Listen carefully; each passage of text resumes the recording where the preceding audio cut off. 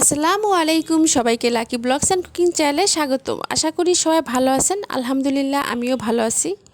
আরেকটি নতুন দিনে নতুন আরেকটি ভিডিও নিয়ে চলে এসেছি। তো আজকে আমি পটল ও আলু ভাজা আপনাদের সাথে শেয়ার করব। তো এখানে আমি কিছু পটল নিয়েছি। এখন পটলের খোসা ছাড়িয়ে নিব।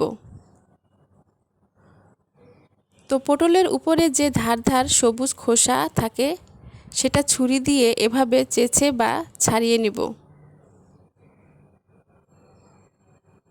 খোসা ছাড়িয়ে নিয়েছি। এখন পটলগুলো কেটে নিব। পটলগুলো ভালোভাবে ধুয়ে এভাবে লম্বা করে কেটে নিয়েছি এবং পিছনের যে মোটা সাইড আছে সেটা একটু কেটে দিয়েছি যাতে মশলা ঢুকে। আর আলুগুলো এভাবে পাতলা করে কেটে নিয়েছি। আপনারা চাইলে আলু নাও দিতে পারেন।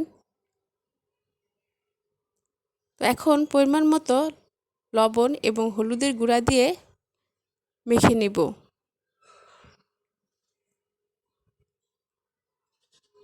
পটল আলু মেখে নিয়েছি, এখন ভেজে নিব। আর এর জন্য আমি চুলায় আগে থেকে একটি ফ্রাই প্যান বসিয়ে গরম করে পরিমাণ মতো সরিষা তেল দিয়ে দিয়েছি। এখন পটল ও আলু দিয়ে দিব। আমার ভিডিওটা যদি আপনাদের ভালো লেগে থাকে তাহলে লাইক, কমেন্ট, শেয়ার করে দিবেন আর অবশ্যই সাবস্ক্রাইব করবেন। এখন একটু উল্টিয়ে দিব।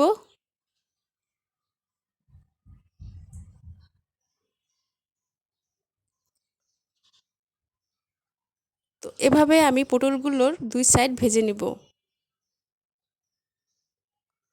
তো ভাজা হয়ে গেছে, এখন নামিয়ে ফেলবো। তো এভাবে আমি সবগুলো পটল এবং আলু ভেজে নিয়েছি। এখন এগুলো ভুনা করে নিব। আর এজন্য আমি আবারও কড়াই বসিয়ে গরম করে পরিমাণ মতো সরিষার তেল দিয়ে দিয়েছি।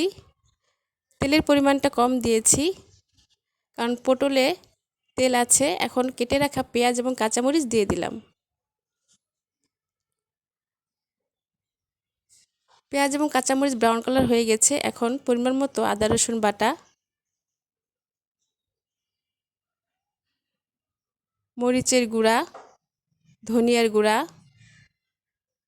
হলুদের গুঁড়া, সামান্য পরিমাণ লবণ ও পরিমাণ মতো একটু পানি দিয়ে মশলাটাকে একটু কষিয়ে নিব। আর মশলার পরিমাণটা একটু কম দিতে হবে। কষানো হয়ে গেছে, এখন ভেজে রাখা পটল এবং আলু দিয়ে দিব।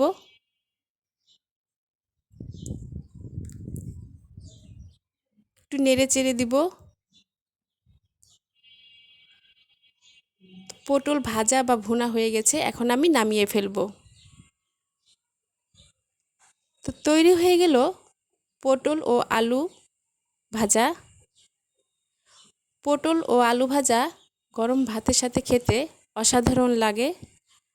এভাবে আপনারা বাসায় রান্না করে খেয়ে দেখবেন। নতুন নতুন ভিডিও দেখতে আমার চ্যানেলের সাথে থাকবেন। ভিডিওর নিচে বেল আইকনে ক্লিক করবেন যাতে নতুন কোনো ভিডিও ছাড়লে আপনাদের মোবাইলে নোটিফিকেশন চলে যায়। সবাই ভালো থাকবেন। আল্লাহ হাফেজ।